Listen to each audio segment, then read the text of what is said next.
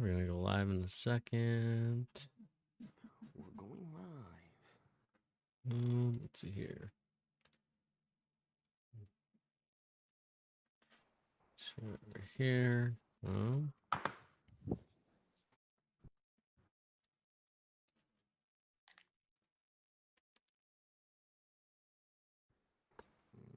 Okay, and then Pete. Let's see if I see you. All right, perfect. You're right there.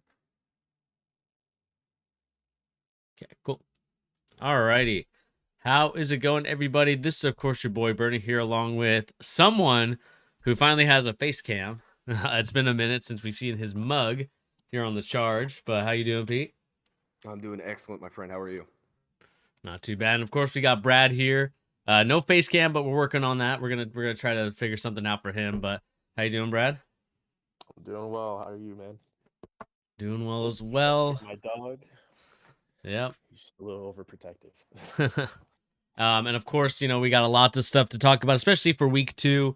A lot of good things happened this week. I think there was a lot of interesting storylines to kind of talk about. Of course, that being the 76ers at the beginning of it, the Brooklyn Nets, obviously the continuing saga of Steve Nash. Will he get fired? Will he get fired? Will he not get fired? I mean, there's a lot of stuff to talk about when it comes to Steve Nash and just the Brooklyn Nets in general.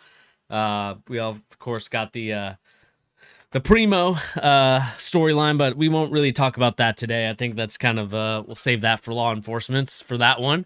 But of course, that's kind of a big storyline as well. And another one too that is kind of interesting that I kind of want to talk about with you guys is the kind of superstars, the top kind of guys that's been here for a while. Their teams have kind of struggled a bit. We'll talk about why those teams have kind of struggled. I think for some of it, it could be very simple. For other parts of it, I think it could be a little bit more complex in terms of like coaching schemes and things like that. And, the morale of the whole teams in general. But as we do get started, let us kind of go into the first story of the day. And the first story of today, guys, is going to be the players are willing to risk a lockout to stop the push for an NBA hard cap. So the NBA is pushing for a hard cap as part of its next CBA negotiations, which is best described instead of as an upper spending limit. There will be a lockout before there's a hard cap, said one source from the player side to Mark Stein. Mark Stein can be a little bit of an inconsistent source, I would say, at times. So again, take his stuff with a grain of salt. We're just reporting it because I think it's very interesting. But here are some things that this is also what he has to say. Sources say there's a strong desire from within the league to limit the overall spending, while the value of the individual contracts continues to climb due to another influx of television money. The league's current system is built around a salary cap and a luxury tax. The two sides have until December 15th to kind of decide whether or not they're going to opt out, and would terminate the agreement on June 30th, 2023. Brad, why don't I just start with you first? I know that you were it was a big no-no for you for the hard cap, but I just kind of want to get your perspective. I mean, I want to get all perspectives of it, so we'll also talk about it from the owner side as well. But Brad, why don't you start off first with it? I mean, what do you think about this hard cap? I guess. I mean, from the player side, it's like, you're not getting what you're worth if there's a hard cap. So I don't understand why they would ever go for that. And I heard CJ McCollum was ready to unionize and like battle it immediately, and good for him, because an example of this is like CJ McCollum, or not CJ, Andrew Wiggins. Yeah. Andrew Wiggins was available and he was free on the market for anybody to grab, or trade for, but Mm-hmm. owners and players around the league had this stigma around him that he wasn't very good. The Mm-hmm. Warriors took a chance on him, helped put him in their system. He looked good, and then they paid him. How can you want a hard cap for that and be mad at, the Warriors keeping a player that they took a chance on and paying him like he deserves? So I don't, Mm-hmm. from the player's perspective, I don't like that, because players should be paid what they're worth, Right. and owners need to get their money.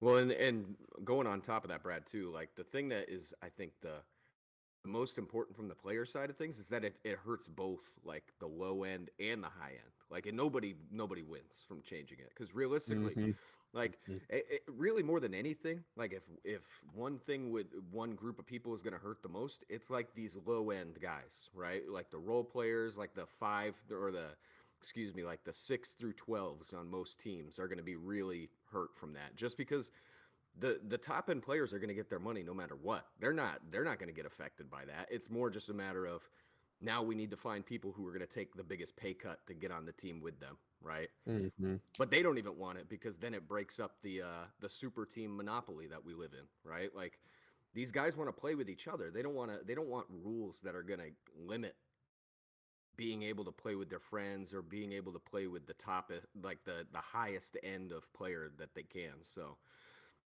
I was more trying to think like who would this actually be the biggest benefit for? Who's trying to push this within the NBA? That was something I was thinking about.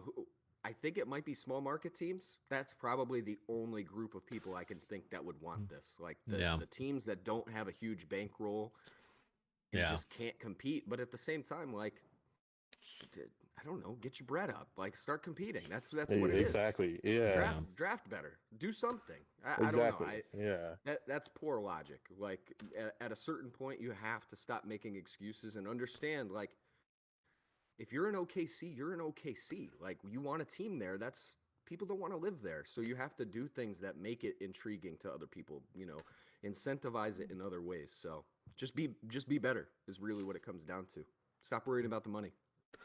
Yeah, I mean, I think from all this stuff, I think I do agree with you guys in generality of just like, at the end of the day, it's whoever spends the most money. We obviously know the Golden State Warriors owners really willing to spend all the money and all the bread just to keep this team intact. I mean, to be honest with you, I think he's kind of having a decision to make right now, currently. Then we can talk about that a little bit later down the line. But obviously with Klay Thompson and his contract situation, and then of course the big one, Draymond Green.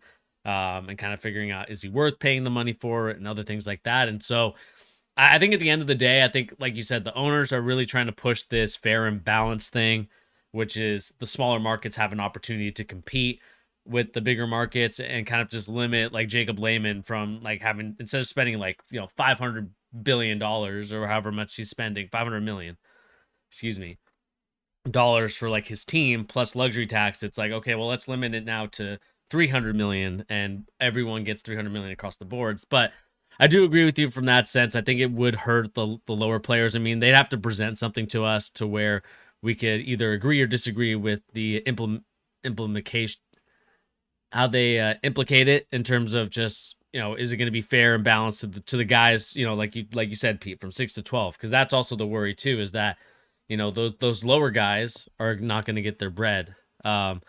Which is kind of why I was open, and I know you guys may disagree with it, but I was really for no salary cap and just kind of let the market dictate itself. I just think that would be a little bit of a better option for me.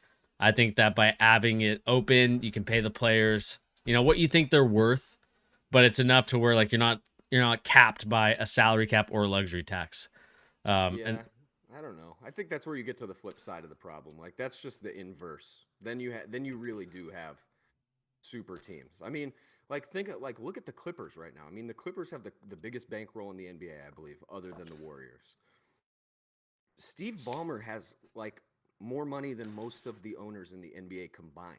Like literally, I think he has $100 billion like that he could spend, and he's shown time and time again that he would spend. So I mean, if you got rid of the hard cap, there are dudes like that. I'm telling you, they would put out a squad of like 5 All NBA dudes. They really would. So Yeah. I would push. I would rather a hard cap than no cap. Personally, that's just me. I think the most important part of any of this is competitive balance. That is the most important thing to the NBA. I think you look at like, Bernie. I know you're a big Premier League soccer fan, like I am. I don't watch it as much as I used to, and one of the main reasons that I don't watch English soccer anymore is because of how unbalanced the league is, because there is no cap to these teams. Like you have these squads that have 11 of the best players. Like they would have the best player on any team in the league, but they have 11 of them basically. So I don't know. I wouldn't like that. I would probably stop watching. Like if we got a team that was like Kevin Durant, LeBron, Steph, and whoever, right? It's over. What are you doing to that? yeah, I mean, I think at the end of the day, I think the players kind of like the way the the way things are right now. Obviously, with that being, um, luxury tax to kind of maybe not penalize, but to like incentivize teams to, hey, if you want to win, you got to spend a little bit extra, and it costs a little bit more money to do it. But I still think at the end of the day, the biggest thing for this whole situation is going to be, the owners. I think the owners are really going to push back this time around because of, maybe not because of this whole situation, but because of the whole rest management things, the whole, the Ben Simmons. Like, I don't want to like pin this all on Ben Simmons because it's not on him, but like guys like James Harden, for example, Sure. who sat out. I think that this is going to be the first time in a while where I've seen, the NBA owners usually are willing to give, but this is going to be the first time I think in a minute where the owners are actually going to say, well, hold up, wait a minute. Like, I kind of want some stuff for myself now. And this is going to be a very interesting battle if there is a lockout, and what's going to happen for that. Yeah, See, I from agree with the you. I was actually. Oh, sorry, Brad. You go ahead. You go ahead. Oh, you good. I was gonna say from the owner's perspective, I just don't think that they're willing to like face a lockout because I mean that's my opinion, but like I just don't because they would stand to lose so much money, especially with all the influx of talent in the NBA that just keeps on pouring in. I feel like they're better off meeting the players somewhere.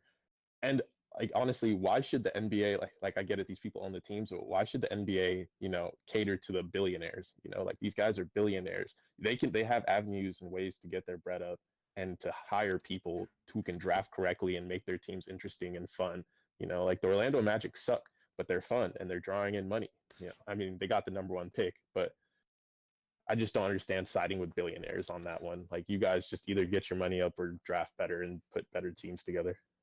Well, see, this is where I would like. I've been thinking about this upcoming contract, negotiation they're going to have. Like this might be the messiest one that we've lived through. Like our group of fans, like in our 20s, late 20s, I think we're probably all like 27, 28, right? Like we've seen we saw a lockout, right? When was that? That was 2011. 11, yeah. 2011. I Yeah. see. The problem is I don't know if we're gonna actually get a lockout, but I do agree with you, Bernie. Like I think there are some huge issues that these billionaires are not just gonna go according to plan with all the players. Like Yeah. there's been so many huge influxes of things that have not really gone the owner's way, and then Mm-hmm. they just allowed it to slide with these guys, and then it didn't go their way either, right? So then by giving up that control, like I don't want to get too deep into the Nets situation currently going on, Mm-hmm. but they're a great example. Like Joe Tsai let Kevin Durant and Kyrie Irving have so much control that when they started to blow it up and ruin everything for the Nets, it was very hard for him to reel it back in and control what's going on. He can't control it. It's over. Like they have to figure out how to get out of that situation. Whether it's Steve Nash, whether it's all the players, whatever it is. Kyrie to LA. It's so out of control that I think you have to think like these teams are all looking at it. These owners are like, God, I don't Mm-hmm. want to be Joe Tsai right now. I don't want to be in that spot. So I don't know because it's not just rest management. It's just Yeah. this influx of players who think they have the power, and not only think, they do have the power to Mm-hmm. influence roster changes. Like that used to be just LeBron. That was where the joke came from, that it was LeBron that would do that. The there, GM. there's 5 to 10 dudes in the NBA that do that now, and it's only going to keep growing the longer that the owners let that power slide. So I don't think they're going to just let it go like willy nilly. Like, hey, we're done with it. Players take over. Let's see what you could do. I think they're going to try and get some of that back and see what they can do. But I don't Yeah. know. The NBA is in for a messy spot. I actually think they need to stop with all these crazy changes and focus on just making sure everybody's okay for now. Like Yeah. stop introducing, hard caps. Stop introducing, this tournament, that tournament. Like slow down. Like your product isn't broken. People like your product. More people watch it every season. I just read that the Suns and Warriors game had Yeah. 2.32 million viewers the other From night. last year. Like that's crazy.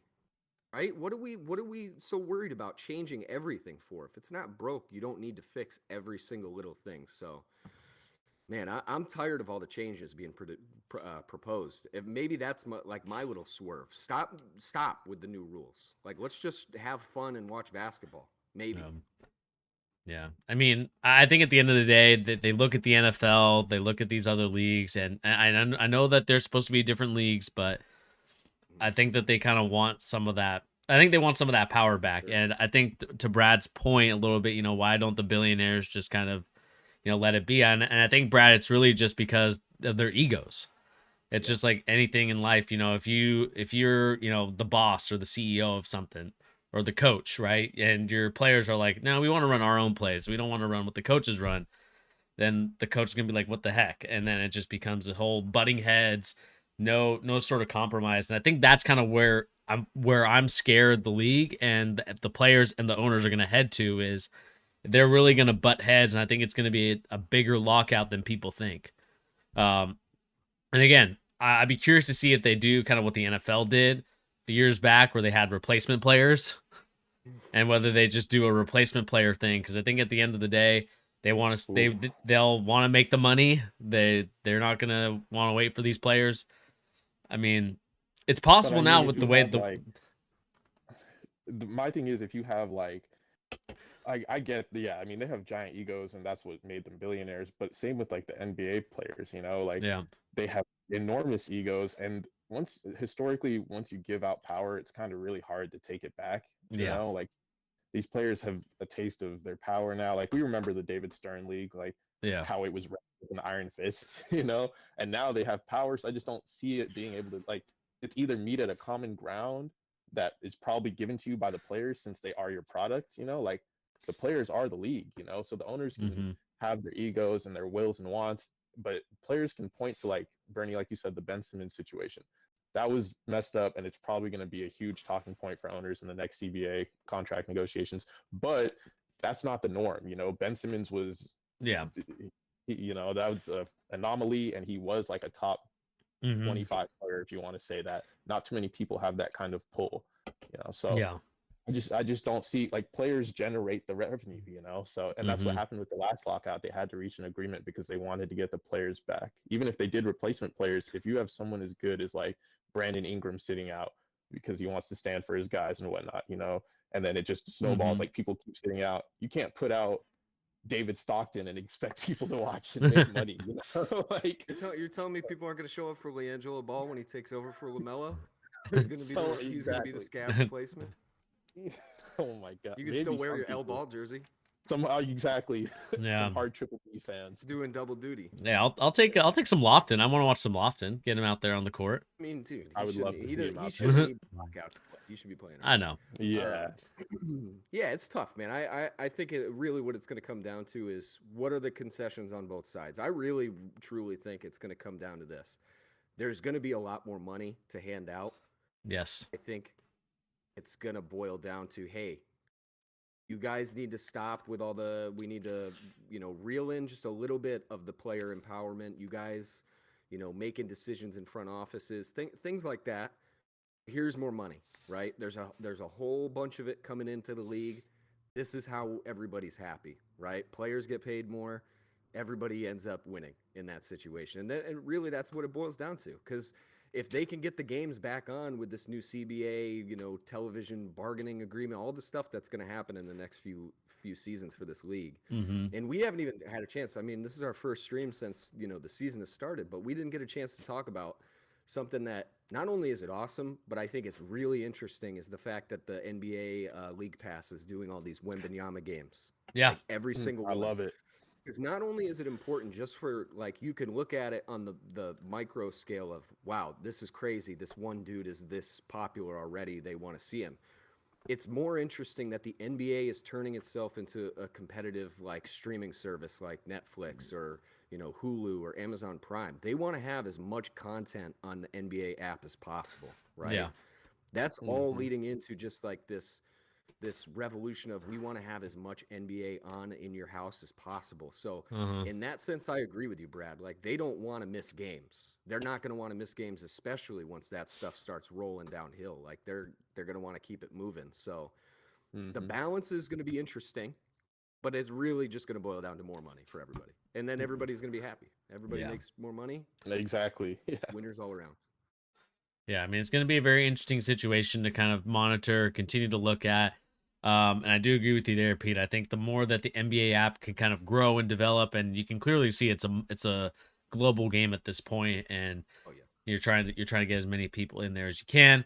Obviously, we have some great ideas for it. I know that the NBA is looking at maybe adding Discord, and maybe kind of doing like a Twitch situation where like you have the Discord up on the side while you're watching the game, and you can just chat with people from around the world about the game. Let's say it's Pelicans versus Heat. You can just talk about like whether CJ McCollum, he missed that jumper, all smack talk and things like that. I mean, I think there's some great ideas that the NBA can go down. That's a little bit different from the NFL. I think the NFL kind of has more of the older fans, where I feel like the NBA kind of has the younger millennials to Gen Z fans, and they're continuing to grow that, which I'm very appreciative of. Especially someone that's all three of us have been fans since a very long time. We love basketball. We've all played it. And I just think that it's going to be one of those things where it continues to grow with this younger generation.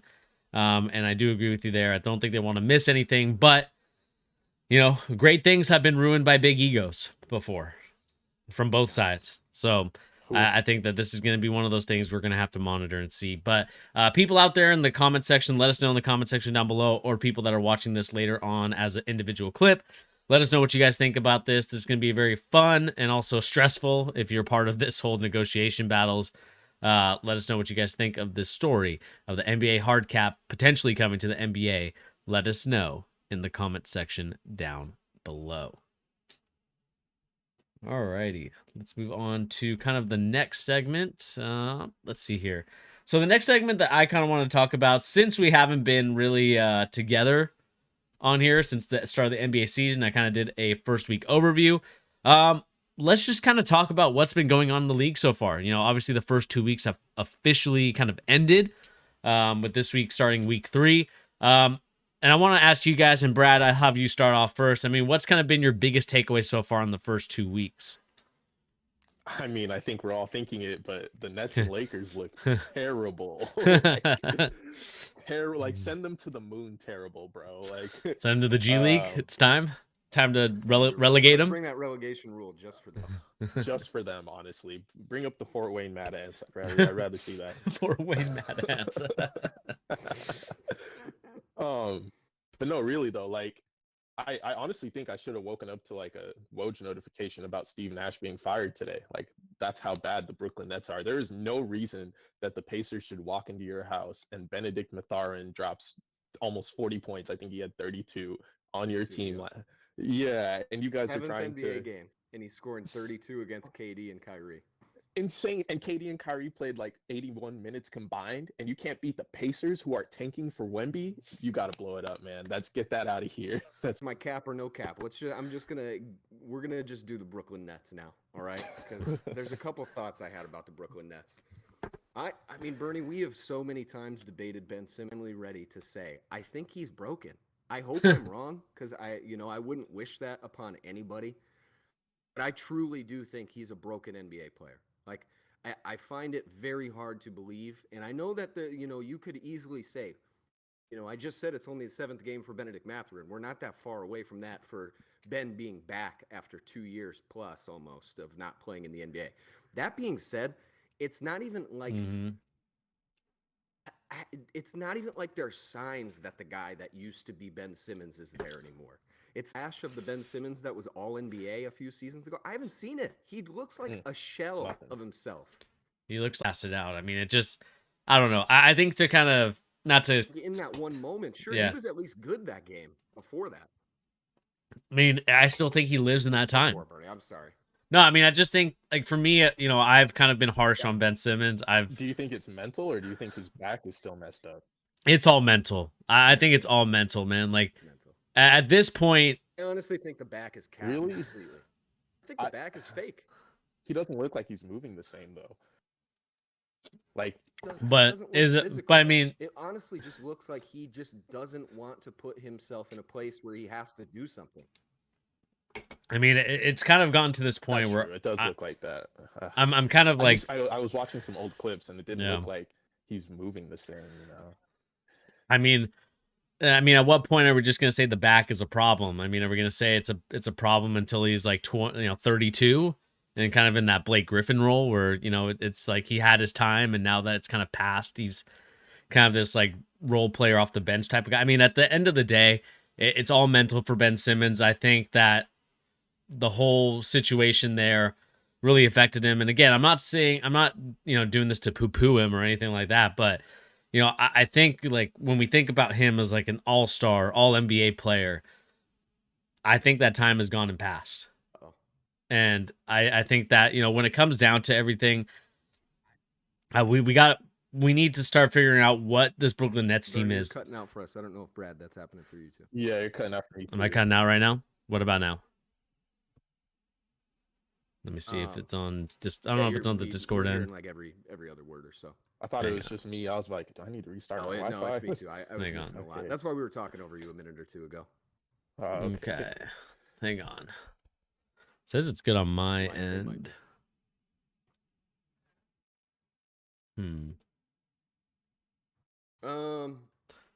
Yeah, man. God, dude, it is.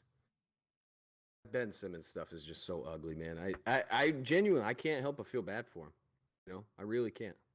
It's watching a different player out on the court than that guy that was with Philly.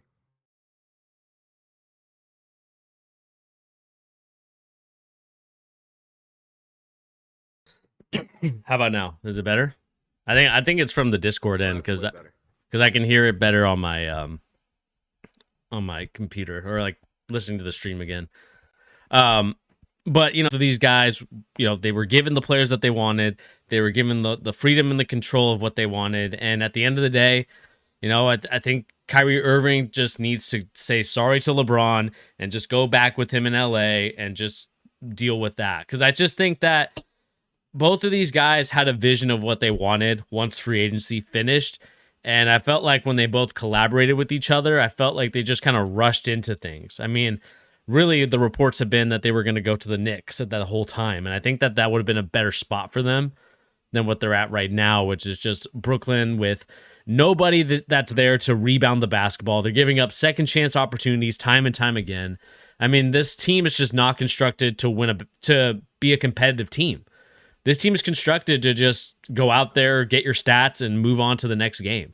I mean, you can clearly see by the record, the fact that they're number 21 in this power rankings on CBS is absolutely garbage. Like, they really should be right where the Lakers are at, which is 29. Generous. I mean, they should be 28, 30. I mean, I think the Magic have played better than them. I mean, that's kind of the pathetic thing about this whole thing is that I feel like, you know, for the media really going hard at LeBron, going hard at the Lakers, we also need to be going hard at the Brooklyn Nets as well, because this is a team that fancied themselves to be NBA Finals contenders. I mean, I think the betting odds were that they were going to be one of the top teams to go out of the East. And so I just tied for third. I mean, to me, it's just it's ridiculous. It's frustrating. And again, scoring as many points as he can, but I think on the defensive end is where they need him a little bit more. Go grab those rebounds. Go up there and grab them. But I mean, they're getting bullied by the Pacers. Like Brad said, I mean, they're getting bullied by like Isaiah Jackson. I think it's Isaiah Jackson. Like bullied. Like actually bullied. It was, yeah, for the Pacers, Isaiah Jackson. He was bullying him. He really was. Like, and Bernie, even going on your comparison with the Lakers, like, enough with just Russ as the worst contract. At least it's expiring. Like, is that crazy? He's definitely the worst contract. What do you think, Brad? Is that the worst contract? Can you hear me? Am I gone? Yeah, I can hear you. I can't hear Brad. I don't know if Brad, are you still there? Brad. We'll wait for Brad to rejoin. Bernie, we might need to restart. I don't know if we can. Can't really hear it. Can you hear anything or no? Bernie? Yeah, I can hear you. You're like coming in crystal clear. I mean, I can hear you. Oh, that's weird because I said that 30 seconds ago. Yeah. I don't know if there's like a delay or something. Right. There definitely is on your end, because I was saying that the stuff that you heard crystal clear was like 30 seconds before I said it before you heard me. Yo, can you guys hear me? Yeah, I can hear you, Brad. I can hear you. Okay. I could Might be I could back. hear you guys right before, but you guys couldn't hear I me. wonder if it's my webcam, Bernie. I wonder if you having to like stream both of our webcams is like slowing us down. No, I don't think so. I'm on full bars and I'm connected. I'm wired in. Trying to think what it is. Oh, are But you? yeah. It's not on my good. Can you hear me right now? Yeah, I can hear you right Yeah. now. Okay. Because I think I was delayed a second ago. Sorry, guys. Okay. All right. Yeah, let's Where redo that Where do we want segment. to go to next? We talked about the Nets. Do we just want to talk about the Lakers first? Yeah, let's talk about all this stuff. Okay. Let's go Lakers next. I think that's another storyline. Obviously 0-5 currently. I believe they play tonight against the Denver Nuggets. And I think that there's obviously cause for alarm in La La Land. I think that a lot of people are starting to see that this roster is the same old roster as before. I think the disappointing thing for me personally is the fact that Anthony Davis has not been playing like the Anthony Davis that I know. When we think about him playing, Bernie, this is I couldn't disagree more. All right, go ahead. you think AD's playing? I mean, I think he's been playing well, I but think his defense is keeping the Lakers afloat when he's on the yeah, court. But they this year, like killing teams in the paint. It just comes down to the same thing it always is with AD. He's just hurt, man. I mean, if the dude could stay healthy, it's one thing.